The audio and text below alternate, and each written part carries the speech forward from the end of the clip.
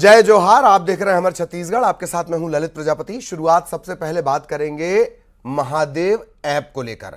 Online सट्टा खिलाने वाले महादेव ऐप को लेकर ईडी ने बड़ी कार्रवाई की है। इसकी तैयारी कर ली गई है। ईडी ने बॉलीवुड के कलाकारों को पूछताछ के लिए समन भी जारी कर दिया है। जिन लोगों को ईडी ने समन भेजा है उसमें है रणवीर कपूर, कपिल शर्मा, हुमा कुरैशी, हिना खान।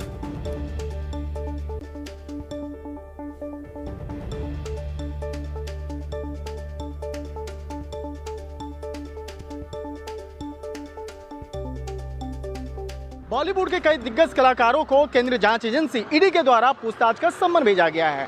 अब सवाल उठता है कि आखिर वो कौन कौन से ऐसे दिग्गज कलाकार हैं जिसको पूछताछ का सम्मन भेजा गया है। तो उसमें प्रमुख नाम है मशहूर कॉमेडियन कपिल शर्मा, मशहूर अभिनेत्री हुमा कुरैशी, हिना खान। इसके साथ ही हालांकि इस मामले में कुछ 2 दिन पहले 2 और नाम सामने आए थे, जिसमें कि चर्चित अभिनेता रणवीर कपूर और सनी लियोनी को भी बाकायदा पूछताछ का सम्मन भेजा गया था। लेकिन अब सवाल उठता है कि आखिर ऐसा कौन सा मामला है जिसमें इन तमाम बॉलीवुड के कलाकारों को पूछताछ का सम्मन भेजा जा रहा है।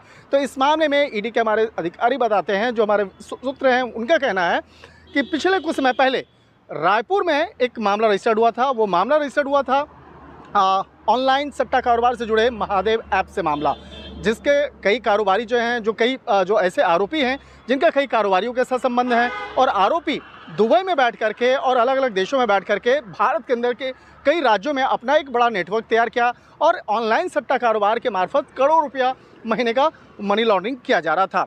इस मामले में ये भी जानकारी मिली जब सर्च ऑपरेशन को अंजाम दिया गया था, तो इस मामले में कई महत्वपूर्ण दस्तावेज या वीडियो भी बरामद हुए थे, और उसके तहत ये पता चला कि बॉलीवुड के कलाकारों को कई कार्यक्रम में बुलाया जाता था, और इसके साथ साथ बॉलीवुड के जो चर्चित अभिनेता और अभिनेत्री हैं उनको बाकायदा उस मनी लॉन्ड्रिंग वाले पैसे से उनको पेमेंट की जाती थी। तो वो कौन कौन से लोग हैं, इन तमाम लोगों की फहरिस्त तैयार हो चुकी है।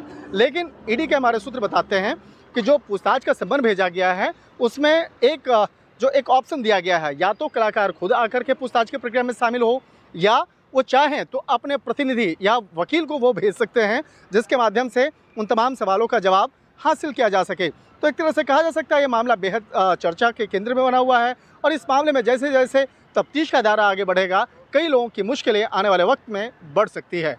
वीडियो जर्नलिस्ट कार्तिक रवि के साथ शंकर आनंद, न्यूज़ 18 दिल्ली। और इस महादेव ऐप बैटिंग केस में सूत्रों के हवाले से खबर यह भी कि रणवीर कपूर ने ईडी के जांच अधिकारी को पत्र लिखकर, जैसा अभी शंकर अपनी रिपोर्ट में जिक्र कर रहे थे, पत्र लिखकर पूछताछ की प्रक्रिया में शामिल नहीं होने की बात कही है। असमर्थता उन्होंने जताई है, मतलब पेश होने में। अब ईडी की तरफ से रणवीर को कोई जवाब अभी दिया नहीं गया है, लेकिन बहुत ज्यादा गुंजाइश इस समन के बाद नहीं आने की नहीं होती है। आना तो पड़ेगा। अवैध सट्टेबाजी, मनी लॉन्ड्रिंग से जुड़े इस मामले में ईडी ने समन जारी करते हुए 6 अक्टूबर को पूछताछ के लिए बुलाया था। रणवीर पर महादेव ऐप को प्रमोट करने का आरोप है। इसके अलावा महादेव ऐप के प्रमोटर सौरभ चंद्राकर की शादी में वो शामिल हुए थे। वो अकेले नहीं हुए थे, 14 से 15 सेलिब्रिटी हैं। दुबई में ये शादी हुई थी, 200 करोड़ की शादी थी ये। इसी को लेकर रणवीर टारगेट पर हैं। शादी में शामिल होने, परफॉर्म करने, पेमेंट को लेकर कई सवाल पूछे जा सकते हैं। हालांकि फिलहाल ईडी के समन का जवाब देते हुए रणवीर कपूर ने थोड़ा समय मांगा है। अब ईडी का अगला कदम क्या होगा, यह देखने वाली बात होगी।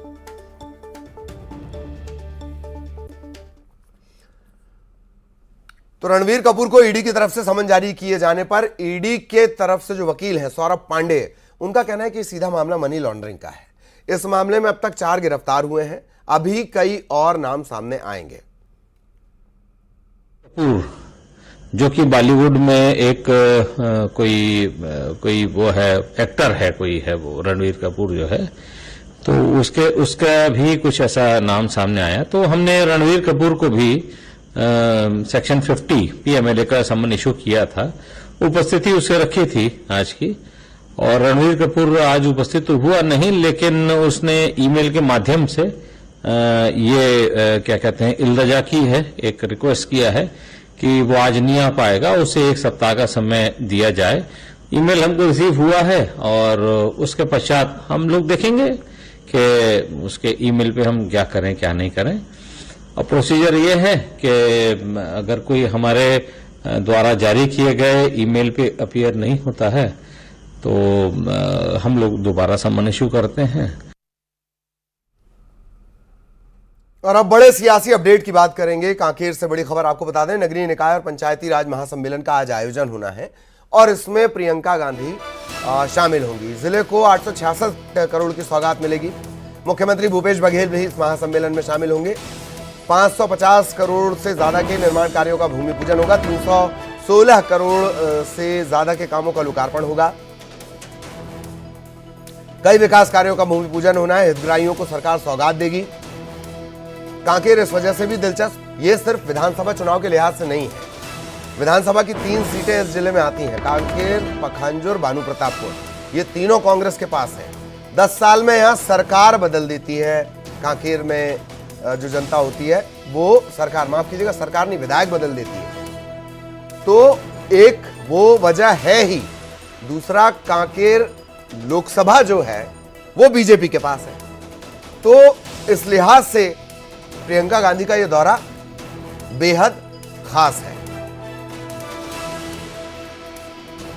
सीधा आपको कांकेर लिए चलेंगे। सहयोगी खेम नारायण इस वक्त हमारे साथ जुड़े हुए हैं। खेम नारायण के पास आपको लिए चलेंगे ज्यादा जानकारी के साथ।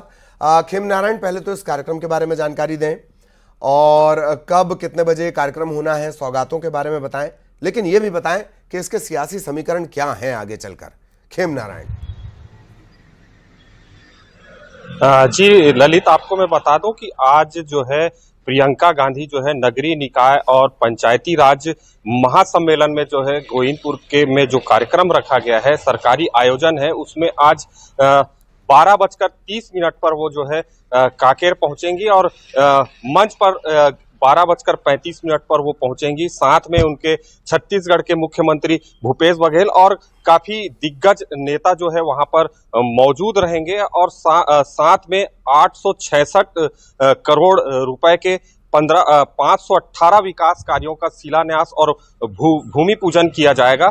हालांकि ये जो कार्यक्रम है, अब जबकि आचार संहिता बिल्कुल लगने के कगार पर है और एक बड़ा सम्मेलन जो है इसलिए खास हो जाता है क्योंकि कांकेर जो जिला है वहां पर 3 विधानसभा है। तीनों विधानसभा में इस वक्त अभी वर्तमान में कांग्रेस के विधायक हैं और जो है उसको बरकरार रखने के लिए जो है कांग्रेस ने अपना जो है ये खेला है। और अभी हाल ही में अब जब चुनाव नजदीक आ रहे हैं तो एक बड़ा सौगात देने को लेकर और लोगों को चुनावी जो है चुनाव से जोड़ने के लिए ये सब जाहिर तौर पर इस दौरान में उस बात का भी जिक्र कर सकती हैं कि उनकी जो दादी थी वो भी सन 72 में यहाँ पहुंची थी। पखांजूर मेरा ख्याल है वहां पहुंची हुई थी इंदिरा गांधी। बहुत बहुत शुक्रिया खेम नारायण आपका इस तमाम जानकारी के लिए। सहयोगी खेम नारायण विस्तार से जानकारी दे रहे थे। इस पर लगातार नजर बनी हुई, लेकिन बड़ी खबर का रुख कर रहे हैं मध्य प्रदेश से। बुरहानपुर में आयकर विभाग ने दी है दबिश। 5 जगहों पर एक साथ रेड। लालबाग रोड स्थित राणा मार्बल पर दबिश दी गई है। इंजीनियर प्रवीण चौकसे के ठिकानों पर छापा। प्रशांत श्रॉफ के ठिकानों पर रेड। कारोबारी मनोहर कामरानी के ठिकानों पर रेड। आईटी की रेड से कारोबारियों में हड़कंप मचा हुआ है। आयकर विभाग की बड़ी रेड, एक साथ 5 जगहों पर दबिश दी है आयकर विभाग ने। फिर दोहरा देते हैं। लालबाग रोड स्थित राणा मार्बल, इंजीनियर प्रवीण चौकसे के ठिकाने, प्रशांत श्रॉफ के ठिकाने, कारोबारी मनोहर कामरानी के ठिकाने। सहयोगी गणेश कुमार हमारे साथ जुड़े हुए हैं। गणेश, क्या कुछ अपडेट इस आईटी रेड का वो भी बताएं, और ये जो कारोबारी हैं किस किस्म का इनका कारोबार है, इसका प्रोफाइल भी। गणेश जी ललित, बताना चाहूंगा कि बुरहानपुर में आयकर विभाग ने दबिश देकर 5 संस्थानों पर जो है वो कार्रवाई की है। यह कार्रवाई 2 दिन तक चलेगी। अभी बताया नहीं जा सकता कि और कितने कारोबारी जो है इसकी चपेट में आएंगे। यहाँ पर जो माइक्रोविजन जो है वहां पर भी दबिश दी गई है, वहां पर भी जांच चल रही है।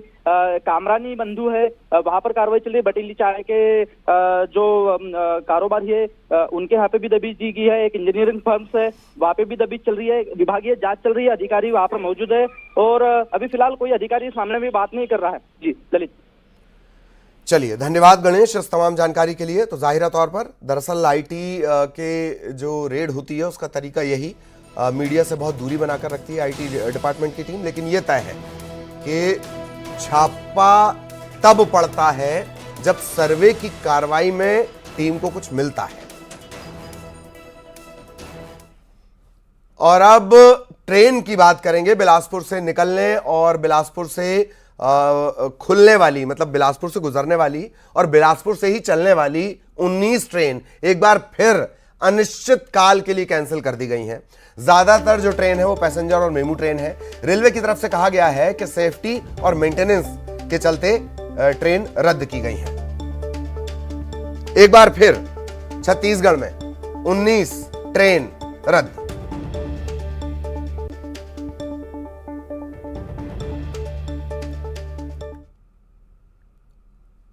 और ट्रेन से ही जुड़ी खबर जगदलपुर से भी है। 12 अक्टूबर तक यात्री ट्रेन नहीं चलेंगी। के रेल लाइन पर जमीन धंसने के चलते ये रूट प्रभावित हुआ है। भूस्खलन से ये रूट बंद हुआ और इसके चलते यात्री ट्रेन रद्द कर दी गई है। बारिश के चलते रेलवे ट्रैक पर लैंडस्लाइड हुआ था, हमने वो तस्वीरें आपको दिखाई थी। इसके बाद ये दावा किया जा रहा था कुछ घंटों में इस रूट को बहाल कर दिया जाएगा। के रोड वाला ये रूट है, के रेल लाइन वाला ये रूट है, लेकिन वो रूट बहाल हो नहीं पाया है। भूस्खलन के चलते अब यात्री ट्रेन रद्द करनी पड़ी है।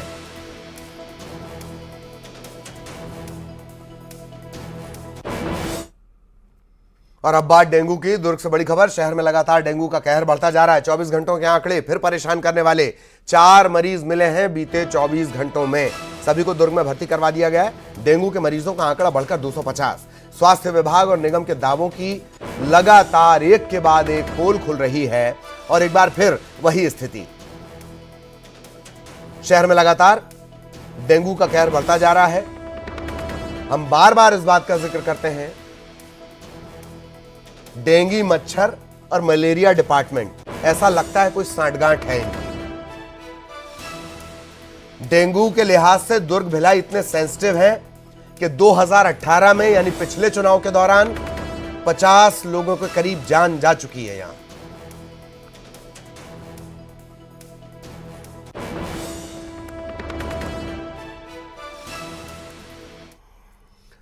और अब बड़ी प्रशासनिक सर्जरी की खबर आपको दे दें। राज्य पुलिस सेवा में बड़ी प्रशासनिक सर्जरी। 49 अफसर इधर से उधर, 49 अफसर यानी एक कम 50 इधर से उधर। 49 डीएसपी का ट्रांसफर कर दिया गया है। आचार संहिता लगने के ठीक पहले प्रशासनिक सर्जरी। गृह विभाग ने इसके आदेश जारी कर दिए हैं।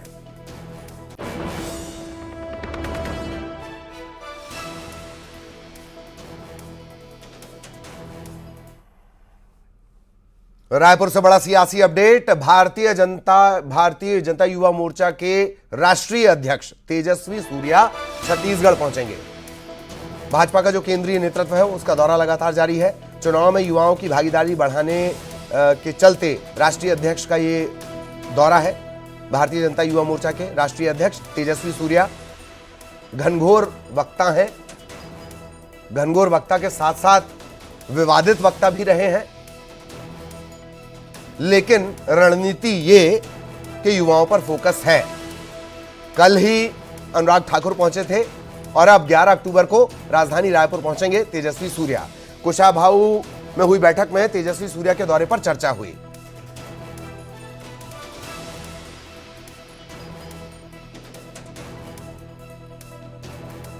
तो रायपुर से बड़ी खबर आपको बता दें, तेजस्वी सूर्या 11 अक्टूबर को रायपुर पहुंचेंगे। भारतीय जनता युवा मोर्चा के राष्ट्रीय अध्यक्ष तेजस्वी सूर्या कर्नाटक से ताल्लुक रखने वाले तेज तर्रार बीजेपी नेताओं की फहरिस्त में।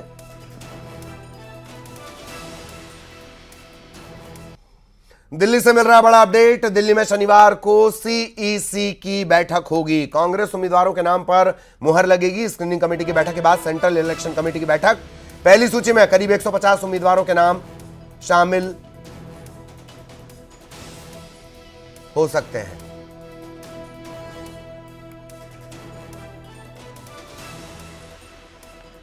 दिल्ली में कांग्रेस स्क्रीनिंग कमेटी की बैठक, इसके बाद सेंट्रल इलेक्शन कमेटी की बैठक और पहली सूची में 150 उम्मीदवारों के नाम शामिल हो सकते हैं। मध्य प्रदेश से जुड़ा बड़ा अपडेट हम आपको बता रहे हैं। कांग्रेस की तरफ से कोई भी सूची जारी नहीं की गई है। मध्य प्रदेश छत्तीसगढ़ दोनों जगहों पर।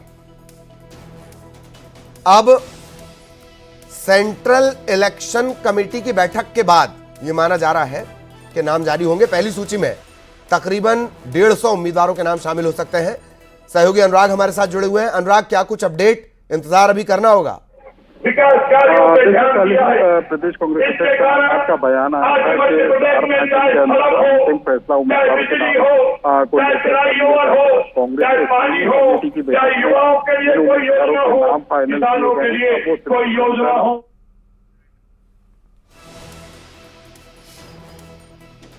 चलिए, कुछ तकनीकी दिक्कत है, अनुराग से हम फिर से संपर्क करेंगे। तो कल सीईसी की बैठक होनी है। कांग्रेस उम्मीदवारों के नाम पर मुहर लगेगी। सेंट्रल इलेक्शन कमेटी की भी बैठक होगी। 150 उम्मीदवारों के नाम शामिल हो सकते हैं। कांग्रेस ने कोई भी लिस्ट जारी नहीं की है मध्य प्रदेश में, छत्तीसगढ़ में भी नहीं की है।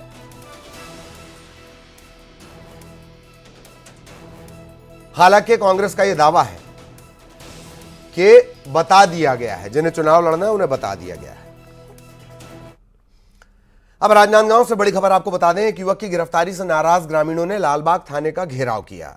नाराज ग्रामीणों का गुस्सा देखकर पुलिस ने पहले तो युवक को छोड़ने से मना कर दिया, लेकिन जब धरना प्रदर्शन, बवाल, हंगामा बढ़ने लगा तो फिर गिरफ्तार युवक को मुचलके पर छोड़ दिया गया। पुलिस का आरोप था कि युवक पर आपराधिक मामला दर्ज है। इसी बिना पर, इसी आधार पर उसे अरेस्ट किया गया है। ग्रामीणों का कहना है कि झूठे आरोप लगाकर फंसाया जा रहा है।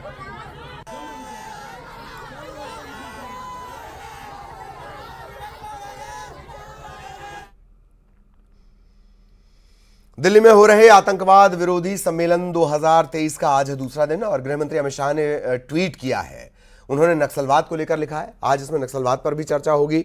नक्सलवाद मानवता के लिए अभिशाप है और हम इससे और इसके सभी रूपों को उखाड़ फेंकने के लिए कृत संकल्प हैं। केंद्रीय गृहमंत्री अमित शाह उन्होंने ट्वीट किया है। आतंकवाद विरोधी सम्मेलन 2023 आज अध्यक्षता वो करेंगे वामपंथी उग्रवाद, ये शब्द उन्होंने लिखा है। आज बैठक होगी और इसकी अध्यक्षता केंद्रीय गृहमंत्री अमित शाह करेंगे।